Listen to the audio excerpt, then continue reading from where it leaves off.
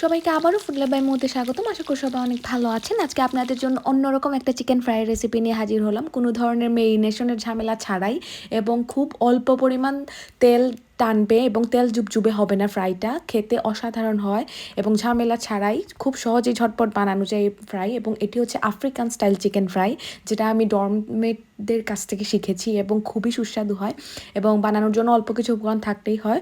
তো প্রথমেই যেটা নিয়েছি আমি সেটা হচ্ছে আমার পছন্দের চিকেন উইংস নিয়েছি। আপনারা আপনাদের লেগ পিস বা যে পিসটা পছন্দ আপনারা আপনাদের মতো করে নিতে পারেন, স্কিন সহ বা স্কিন ছাড়া, এটা আপনাদের ইচ্ছা।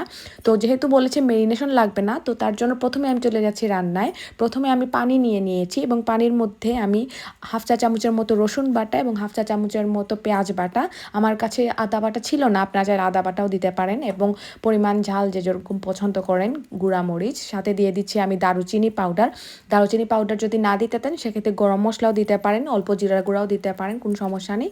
আমি লবণ পরিমাণ মতো, লবণটা একটু বেশি দিবেন কারণ এই লবণটা দেওয়ার কারণে আর কোনো ভাজার সময় কিছু দেওয়া হবে না। এইটাই হচ্ছে আমার যে চিকেন ফ্রাই বানাচ্ছি সেটার সিক্রেট টিপস। আর কিছুই লাগবে না, এখানে যা দিচ্ছি সেটাই হচ্ছে মেন ইনগ্রিডিয়েন্টস, এরপর আর কোনো কিছু অ্যাড করা হবে না। তো তার জন্য লবণটা একটু বেশি করে দিতে পারেন, কোনো সমস্যা নেই।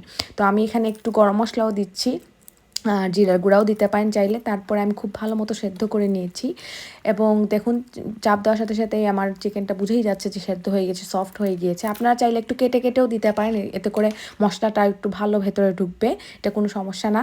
তো আমার চিকেনটা যখন সেদ্ধ হয়ে গিয়েছে তখন আমি পানিটা সরিয়ে নিয়েছি এবং যে পানিটা সেটাই হচ্ছে চিকেন স্টক। এটা আপনারা স্যুপ বা যে কোনো তরকারি রান্নায় ব্যবহার করতে পারেন, কোনো সমস্যা নেই, এতে আরও তরকারি বেশি সুস্বাদু হবে। তো এখন আমি একটা ফ্রাইং প্যানে, আমার ফ্রাইং প্যানটা একটু বেশি বড় তার জন্য একটু তেল দিয়ে দিলাম পরিমাণ মতো, আপনারা আপনাদের পরিমাণ মতো দিতে পারেন। তবে চিন্তার কোনো কারণ নেই, নর্মাল চিকেন ফ্রাই বানালে যেরকম তেলটা অ্যাবজর্ব করে ফেলে, ওই চিকেন ফ্রাইটাতে তেল যতটুকু দিচ্ছেন ঠিক ততটুকুই থাকবে। আর চিকেন ফ্রাইটা ভাজতে যতটুকু লাগবে ততটুকু, কিন্তু এটা কোনো তেল অ্যাবজর্ব করবে না, কারণ হচ্ছে এখানে কোনো কোটিং বা কোনো কিছু ব্যবহার করা হয় নাই। তো পানিটা ভালো মতো ঝরিয়ে তারপরে ফ্রাইটা করবেন এবং পানিটা আসলে অল্প অল্প থেকে যায় ভেতরে এবং যখন দিবেন তখন একটু পানি তেল এবং পানি একসাথে মিশা কারণ একটু ছিটকাতে পারে, তার জন্য একটু সাবধান থাকবেন, কিন্তু অত বেশিও সমস্যা না। এবং চুলার আঁচ থাকবে মিডিয়াম হাই, এতে করে যেহেতু চিকেনটা সেদ্ধ করাই আছে, শুধুমাত্র কালারটা চেঞ্জ করার জন্য এবং গোল্ডেন কালার যখন আসবে এবং অল্প একটু ক্রিস্পি হয়ে যাবে। যদি আপনারা বেশি ক্রিস্পি চান সেক্ষেত্রে চুলার তাপটা আপনারা একটু কম রাখবেন, আর যদি ভেতরটা সফট চান এবং বাইরটা শুধু ক্রিস্পি চান সেক্ষেত্রে চুলার তাপটা একটু বেশি বাড়িয়ে দেবেন। যেমন আমি চুলার তাপটা একটু বেশি বাড়িয়েই দিয়েছি, যাতে আমার বাইরের লেয়ারটা গোল্ডেন কালার হয় বা ক্রিস্পি হয়, ভেতরটা যাতে আমার সফট থাকে।